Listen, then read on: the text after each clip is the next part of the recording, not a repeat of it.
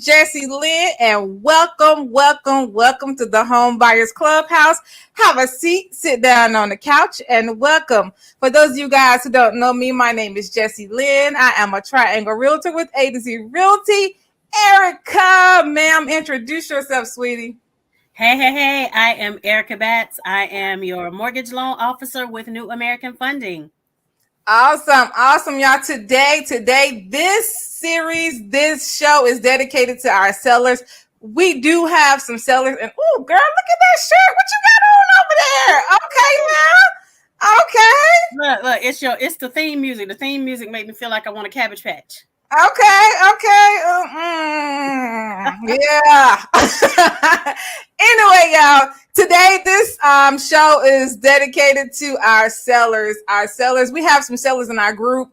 And unfortunately, a lot of people, they don't realize that everybody that calls them, that wants to buy their home, they're not agents, they are iBuyers, they are wholesalers, they are investors. So today we are dedicating this to our sellers. Sellers, come on in, have a seat, sit down. If you are thinking about selling, and if you know anybody who's thinking about selling, this show is for you today. All right, so Erica, before we get started, honey, how are you doing, sweetie? I missed you so much. I am doing fabulous. I missed you guys here at the Home Buyers Clubhouse as well. So it's been a couple of sessions, but I am back. I'm ready to go. Ready to talk about how to get some people in some houses or out of some houses. Yes, audience, how are y'all doing today? How are y'all doing? Drop them in the box below. I see I'm on my personal Facebook page, so I have it on my phone as well, because sometimes I don't always see the comments on this side. So anyway, we are coming in today. All right, you guys, let's talk about a wholesaler. Erica, wholesalers. You ever heard of wholesaling, ma'am, in the mortgage industry? I have heard of wholesaling. Okay. So we don't deal with them too much on this particular side as far as the mortgage, but yes, I've definitely heard of those. Yeah, so we have wholesalers that like to come in and they'll send you this letter. They'll write you a letter, say, hey, awesome person, awesome guy, we want to buy your house. And we have those investors as well. So when you get those letters, you need to find out if these people are licensed or not, because they're not always working in your best interest. And they will also tell you what's their favorite line that they like to tell people. Do you know, Erica? About the commission. Oh, yeah, you don't even have to pay commission. You don't have to pay commission. That's their favorite line. And they will tell you that, but at the end of the day, you're going to end up losing thousands of dollars. So what we're going to do is we're going to prepare you to get your home ready and get it sold on this in the real estate market. Whether you decide to use a real estate agent, you decide to do for sale by owners or not, all of these will work. But the biggest thing is, I want you to know the difference between a licensed person and a non-licensed person. A licensed person, a real estate agent, they are working in your best interest. If they are representing you, they are working in your best interest. So they're going to try to get you top dollar. The investors, they're working for themselves. And what they're doing is they're trying to get them top dollar. So, so just know the difference and ask those questions, because I've had a seller call me or whatever, we've been keeping a good relationship because, he's thinking about selling in the future. And he's had an investor contact him, and, he'll call and, ask questions and different things like that. I don't mind talking to him or whatever about it, but the biggest thing is they will change the date on you, honey. And sometimes, they won't give you a date. They won't put it in writing. So you definitely have to be careful with that. Okay. All right, audience, how y'all doing today? It's Fabulous Friday. What are y'all doing today? What are y'all doing this weekend? All right, Erica. So let's go, honey. Okay. The first thing you need to do is you need to price your home correctly. And what we do is we will pull something that's called comps. Erica, as a lender, do you team up with listing agents whenever they list properties? We do. We talk about, how much they can borrow for the property, what type of property, what it qualifies for. Like certain homes may not qualify for certain types of loans. So you need to find out what kind of lending, what kind of financing options that you're able to accept, when you are selling this particular house. Like there may be some deferred maintenance that you have on the home that will make it not eligible for financing, let's say as an FHA loan. Yes. Or a VA loan or things like that. Yes, yes. And that's the thing. And I've heard, I don't know if I was having this conversation with maybe one of you guys, but that comes up a lot with different loan types. Mm-hmm. So you definitely need to know what that property qualifies for. And also, let's go back to pricing the property correctly. Don't go to Zillow for your estimates, because those estimates are wrong. A lot of the times they're either way too high or way too low. So don't go to Zillow. Again, have a professional pull comps for you. And what a comp is just basically homes that sold in that area. So they're going to pull 3 different properties that's very similar to yours. So they're not going to go and find a house that's 4,000 square feet bigger than yours and your home is only 1,000. They're going to pull comps. So pull comps that's comparable to your property. Okay. The next thing is home staging. Home staging. A lot of people think that just because it's a seller's market, they don't think that they have to home. They don't have to do staging. They don't have to do any of that. Erica, home staging. Have you ever heard of home staging? I have. Okay. Could you tell them what home staging is? That's basically placing things or items in your house so that people can get a picture of what furniture is going to look like. Because a lot of times when you look at an empty room or an empty space, you can't kind of tell like, oh, okay, well, I don't know, what they had going on here. Like, just like there was one where they had this particular people had converted a dining room into a bedroom. So they had a bed in there and all of those things. But when people came to look at the house, they were really confused as to what this space was supposed to be. So once it was staged as a proper dining room, then it was like, oh, okay, now I get it. Yes, and sometimes it could definitely help you with your furniture as well, because sometimes people can't figure out how they're going to place their furniture in the room. Mm-hmm. If you get a professional home stager, people can come in and they can picture themselves in that property. So that's the biggest thing, and that's why we always tell people to depersonalize the property, because you can't picture yourself in somebody else's property with their photos up in there and their colors on the wall and whatever they want. You have to make that property be appealing to the seller, not to yourself, because you're leaving that property. It's no longer your home. You're trying to have someone else picture themselves in that property. If that makes sense. I think that's why people also say, like I've heard when you're doing the staging to use like neutral colors as far as paint colors. So I've seen the colors where it looks like a box of crayons and it's like, oh, okay. Yes, I remember one time I had that issue as well. It was a good property. I liked the property, but of course I'm not going to live there. My buyers are going to live there. And that was one of the things. They were like, I don't want that house with all those colors. Like, you can change the colors. Right. But unfortunately, unfortunately, people can't see past that. So definitely take the advice from your agents. I love when my clients actually take my advice, because a lot of people, they like to go on everybody else's advice and what such and such did, or what somebody did 30 years ago or 4 years ago, even 2 years ago. It has changed. Like gray has been a popular color in this market. Now you may see like these black walls, accent walls here and there. So things change all the time. So listen to your agent. Some of the things that you think that may be appealing, or some of the things that you may think that the buyer may want, we could save you some money. You don't have to go and change this entire room, or you don't have to go and do this, or you may not have to do that. So listen to your agent in the process. The next thing is choose the best day to list your home. I had a buyer yesterday. She called me or whatever, and I was telling her yesterday was Thursday.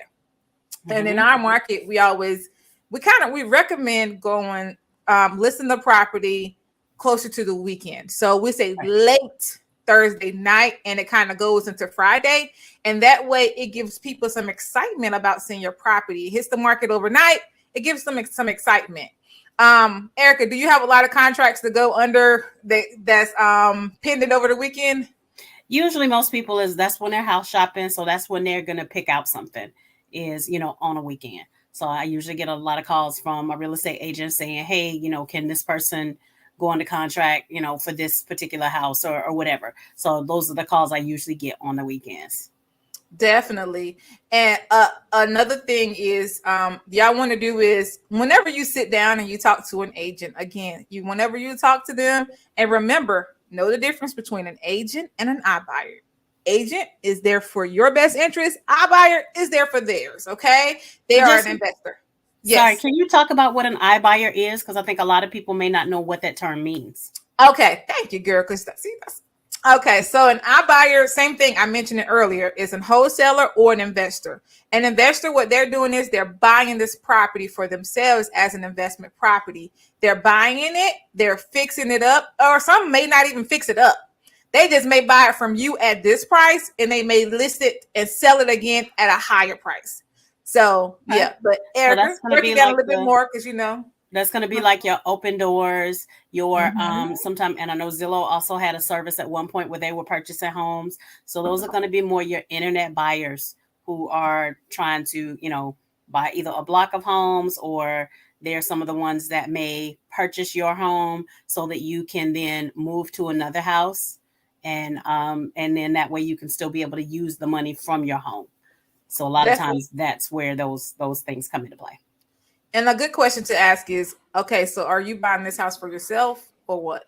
And look, and one thing that they'll do is they'll go in, they'll tell you to get in there into your property. They're going to say, hey, look, we can sell your house for XYZ. And then they get there, they're going to say, no, we need to fix this. We need to fix this. We need to fix this. We need to fix Right. this. We need, and that commission that you thought you were saving on, all that money goes down. Okay.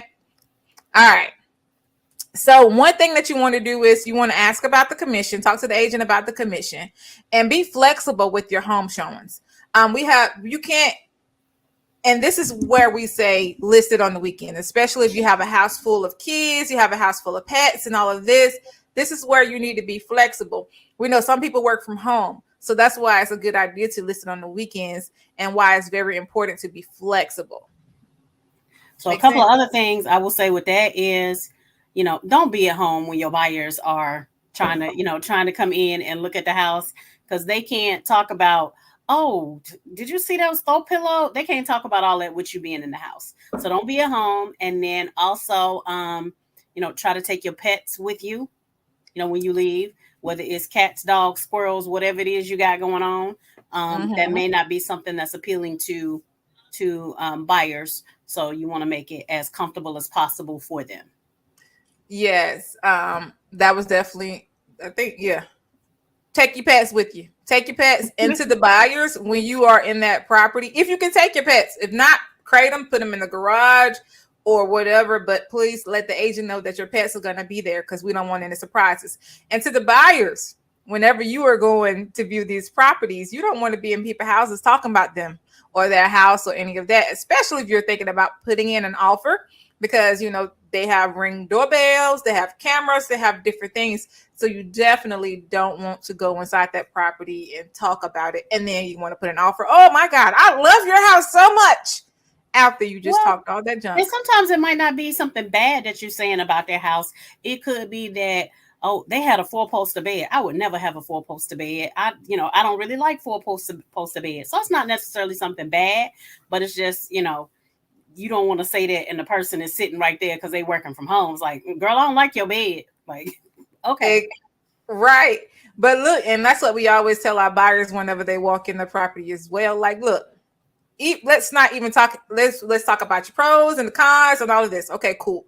But when it comes to you talking about your offer amount, your pre-approval amount, we're not going to talk about that in the house, because that right there is going to hurt your negotiations whenever it comes. Okay, so let's talk about this outside, away from the house, away from the cameras, or if there are cameras surrounding the property, I'll call you and we'll talk about this on the phone. Right. Like, because you don't want to hurt your negotiation. All right, so host an open house, and this is one of the biggest things when it comes to doing an open house. We always tell the owners to just make sure that presentation is everything. The first impression is what? That's your best. That should be your best impression. They say you never get a second chance to make a first impression. Yeah, they pull up and they say, you know what? I don't even want to go in this house. So this is when you want to make sure that you're having the exterior, everything right. And I always tell people about the door. Make sure that front door is painted. If you can paint it and have it just, because we're there. We're playing with that lockbox. We're playing with those keys. We're talking. We're trying to get in. And sometimes that lockbox ain't always easy. So they have time to sit there and look at your door and look at the things around them. First impression is your only and your last impression. So again, oh, hold on. I don't got off my notes. So host an open house. Whenever you do the open house, I always tell my buyers to make sure they have some calm music, some soft music playing, some classical music, something that kind of, when you're in the store, before you know it, your cart is full because they're playing that music over here, and you just kind of shopping, and you're in a good mood. That's why I always recommend playing some music. And if it's a holiday, play some holiday music. So yeah, also bake some cookies. Food makes everybody happy. Food makes me happy. Food makes everybody happy. Okay, bake some cookies. It feels like they're at home. Or you can light a candle. If cooking ain't really your thing, you can light a candle, but try to make it like a food smelling candle. You don't want it to be smell like lemon pledge or eucalyptus or something like that. Make it something food related. Like what they trying to hide? What you trying to hide up in here? Exactly. So, yeah. Like some food, some cookies. They have them. Look, I was gonna say, you want it to smell like cookies, even though everybody like tacos. I don't know that I want it smelling like tacos in your house when I come in here. Definitely. And look, y'all. So, tacos, fish, all that's grease. Yeah. You can smell all that when you walk in. So yeah, definitely. So look, make sure you insist on professional photography. Look, and sometimes in this market, when we do coming soon, we don't always get professional photography. I can schedule it and we still never get out there because homes are going that fast. But still, you guys, you want your home to have the best presentation ever. So get your professional photos, at least plan for them anyway. You can't plan for these sight unseen offers, but at least insist on professional photography. Those photos tell everything. They do. A lot of people make a decision off of your property like within the first few seconds from looking at your photos. Okay. Any feedback off that? No, I totally agree with everything you said. Professional photos generally are the difference. Just like okay, so even with this video, so I can tell a difference between your side and my side because like I'm just using a regular laptop camera. Whereas you have professional equipment. So that's why it looks different. Okay. You're right. I have some lighting. That's right. You're right. But that's what I'm saying, just to kind of highlight the difference in what it is. So it's not like mine is bad, but yours is better. It's a better picture. And speaking of, that's another thing, like lighting. Let's kind of go back to these open houses. When you go out there or whatever, like you say, change your light bulbs to the daytime light bulbs instead of like a soft white or something like that. Because that usually it's a little bit brighter and it makes people feel better. Like sunshine is supposed to make people feel better. So it makes people feel better when they're in your space. Because it's so bright and airy and all of those things. So how does it feel when you walk into a clean house? Just clean. How does that make you feel? Because a clean house makes me happy. I'm sorry. My children can screw some junk up. They know clean up and I'll be happy when I get home. I won't even. Well, because it's something that's off your list. Because like if you come in and the house is already clean, you're not thinking about, oh my God, I got to do the laundry. I have to do this. I think at least that's how I'm always thinking of all the things that you have to do. And it's like, oh, you know what? I was going to change out the shower curtain in the bathroom, or I got to do this, or, all of those things. And when your house is clean, it's like you come in and you can just, I can breathe. I'm good. I'm like, oh, no, I don't have to, I got an hour that I could just sit here and do nothing. Definitely. So when the buyers walk in there as well, that's what they feel. It feels clean. So the next thing is you want to make sure you get rid of clutter because, again, that's going to open up your space. They go in these closets. They're in your closets. They're in your drawers. They're in everything because they want to see what space they have, especially in smaller spaces. Get rid of your clutter. Go ahead and box some of your stuff up and put it in storage if you need to. Put it in your garage or whatever. Go ahead. Look, you're going to be moving anyway. Go ahead and start boxing some of that stuff up. Definitely. A pack rat is another option that you could do. Going to put it in there, and then on moving day, you just move that thing right on with you. You don't even have to do a lot of stuff. So that's definitely a good idea. Another thing is to remove your personal items. Believe it or not, again, people are in your closets. You don't want people to get any ideas. We're not saying people are coming to your house to steal, but you don't want to have like your medications out. You don't want to have your money out. You don't want to have anything out. Get rid of your personal items. Even when they say personal items, I mean, like pictures or, whatever it is that you have, you don't want them to make assumptions about your house based on a picture or based on any of those things. Yes, definitely. And another thing is we already talked about removing pets. So let there be light. We just talked about that as well. Open your shades, open your blinds, turn on all your lights. We already talked about baking cookies, and listen to the feedback from the people, the best people that know, that can tell you anything about your property, or your clients, your customers, or any of those people that comes in there. So listen to the feedback of those potential buyers that's coming inside your house. Listen to them or whatever. And we already talked about playing soft music. So another benefit of hiring a real estate agent to sell your house is they can see some flaws that you can't see. They can walk. Have you ever walked into somebody's house, and it smells different, so you may have a dog in there or something, and you may not be able to smell it. But a real estate agent, they can point out some deferred maintenance that you've been looking at for the last 30 years, but you've gotten used to it. You don't notice it, right? Exactly. So that's why it's good to have a professional there. Another thing is we know the real estate market, and we know the contracts in this real estate market as well. There are certain disclosures. There are different things that you're going to need whenever you buy this house. And again, you have a lot of investors out there, and they are working for them. You want somebody that's going to represent you and be on your side. And we tell our buyers that as well. You want somebody that's going to represent you and that's going to be on your side. And what do you say about no representation, Erica? Yeah, I mean, what do they say? If a person who has up there who represents himself, like in court, has a fool for a client, right? Exactly. You want to make sure that you have, and just like, if you're going to get a professional to service your car, you take your car to a mechanic because they're the professional in that. You're going to do the same thing with your house. You're going to let a professional represent you because that is going to be the person that can handle it when something comes up unexpectedly. Whereas now you scrambling, trying to be like, oh, I got to go find an attorney because this thing has happened and I don't know what to do. So whereas if you had just paid that commission, you would have been fine. Definitely. And also, a real estate agent, they are going to negotiate on your behalf. And you will not have to pay a penny to use an agent's experience. You're not going to have to pay for our experience at all. A real estate agent, I can't read my handwriting, boss. They will coordinate the showings for you as well. And a real estate agent prevents transaction procrastination. So that's just basically is a lot of the times we can talk ourselves out of so much stuff. I'm dealing with that right now with a buyer seller client, and they're not sure when they want to sell. They want to buy. They want to buy, but they're not sure when they want to sell. They got things coming up that they don't want to miss. So yeah. Well, and that's the other thing is just being a part.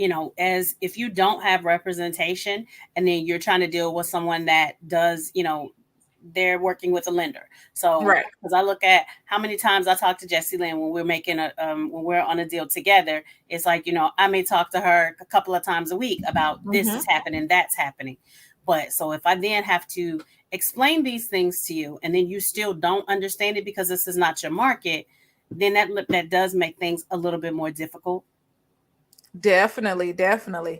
All right. So, and buyers, I know we have quite a few here in the clubhouse.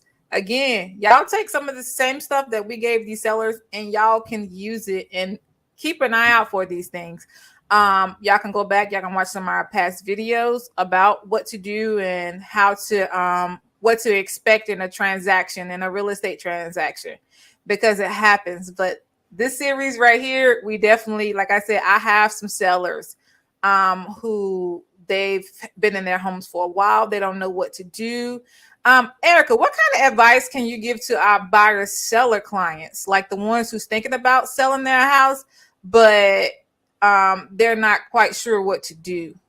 Because Well, I mean, that's when you need to have a conversation. So you need to figure out, have a conversation with your potential real estate agent to figure out, okay, how much money can you get from this house? And then you need to decide how much of that money you want to put towards your new home purchase. Because just because I get $100,000 from the sale of my house doesn't mean that I want to put all of that towards the purchase of my new house. There are also some programs out there that can, like we have a particular program that can turn you into a cash buyer to kind of help give you a little bit of leverage there. So that may be something that you can take advantage of.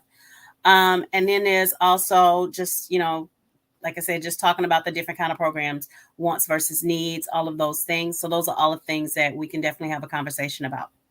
Definitely. Can you give them some of that quick advice that we give our buyers? Like, don't buy a car right now. If you're thinking about selling, don't make any major purchases. Don't run up your credit card.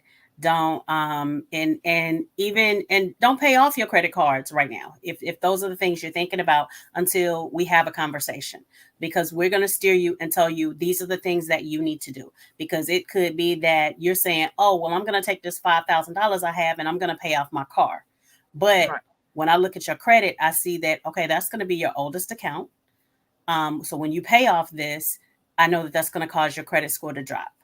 So let's not pay that off right now. Let's take that money and reallocate it somewhere else. So those are just conversations. Like I said, if you're thinking about selling and then, buying, let's at least have a conversation so that you can be informed about your particular situation.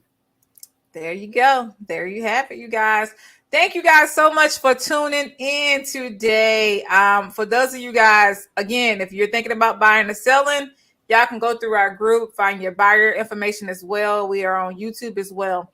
For those of you guys who don't know me, my name is Jessie Lynn. I am a Triangle Realtor with A to Z Realty. You can reach me at 919-818-9854. Miss Erica. Hey, and I am Erica Batts. I am your loan officer with New American Funding. You can reach me at 919-608-7916. You guys, y'all can reach us in the clubhouse every Wednesday and every Friday. On Wednesday, we're giving something inspirational and motivational. Every Friday, we're giving you something educational. You can find us on YouTube at the Homebuyers Clubhouse. You can find us in our private group and on our page, Homebuyers Clubhouse on Facebook. You guys, I hope you have an awesome weekend. Have a safe weekend. You can also reach us at www.thehomebuyerclubhouse.com. Y'all have a safe weekend. We'll talk to you guys later. Bye-bye. Bye.